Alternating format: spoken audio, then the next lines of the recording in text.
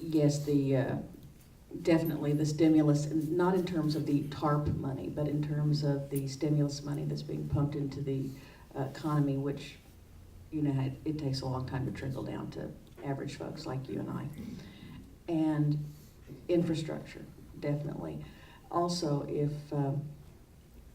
you are in, you have your markets that you should go for, and then there's also the things that you have direct control over, and that's your expenses and things of that nature, and ways to save money. It has been very much a deleveraging, or trying to get, you know, pay off your debts basically in the last year. Think beyond the box of not just, you know, do I buy a, you know, Office Depot pen versus a Pilot pen? Think about things that you could really save money, like, you know, if you don't have a retirement plan for your business. Think about it, because that puts money in your pocket. It keeps your employees, and it saves money on your taxes, and nobody wants to pay more taxes than they have to. And there's all kinds of business retirement plans. It doesn't just have to be a 401k. There's other 401k lights, to put it a different way, that we can take care of. Other questions? Yes. What kind of collateral is required for a loan for a small business? Question is, what kind of collateral is required for a small business? Typically, what we're seeing right now for lines of credit, obviously we'll take your AR as your collateral. Depending on what it is, we'll assign an advance rate anywhere from 75 to 85%, depending on who that receivable is being created from. We'll also do we'll also lend on some inventory.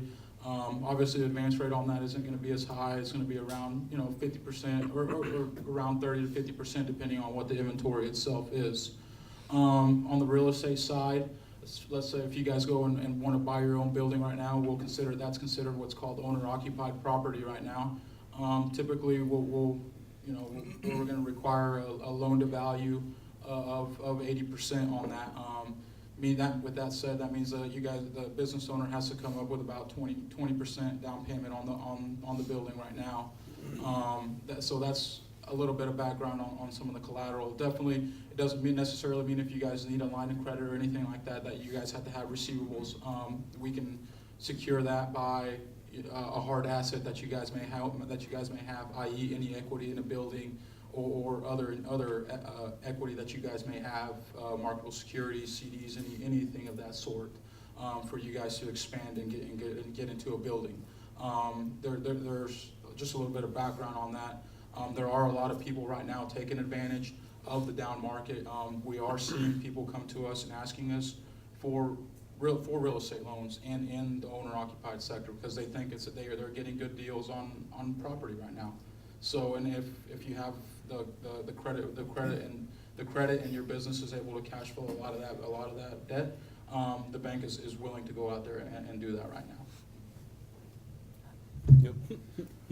What type of credit score are you looking for from a small business?